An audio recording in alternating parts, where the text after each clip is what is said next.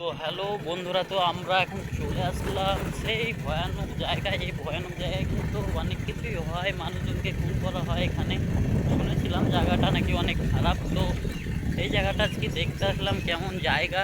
এই জায়গায় সব অনেক খারাপ বন্ধুরা। তো এখানে রাত্রি হলে অনেক মার্ডার টাডার হয় এখানে, অনেক মানে মানুষ টানুষ মার্ডার ফাটার করা হয় ওই আর কি। তো চলো বন্ধুরা আগে যে দেখি কি হয়। আজ তো অনেক ভয় নিয়ে এসেছি আমাদের, অনেক ভয় ভয় করছে জায়গাটায় যদি কিছু হয়। তবুও তোমাদের জন্য এত রিস্ক নিচ্ছি আমি। তো চলো আগে চলো, কিছু যদি দেখা যায় আগে।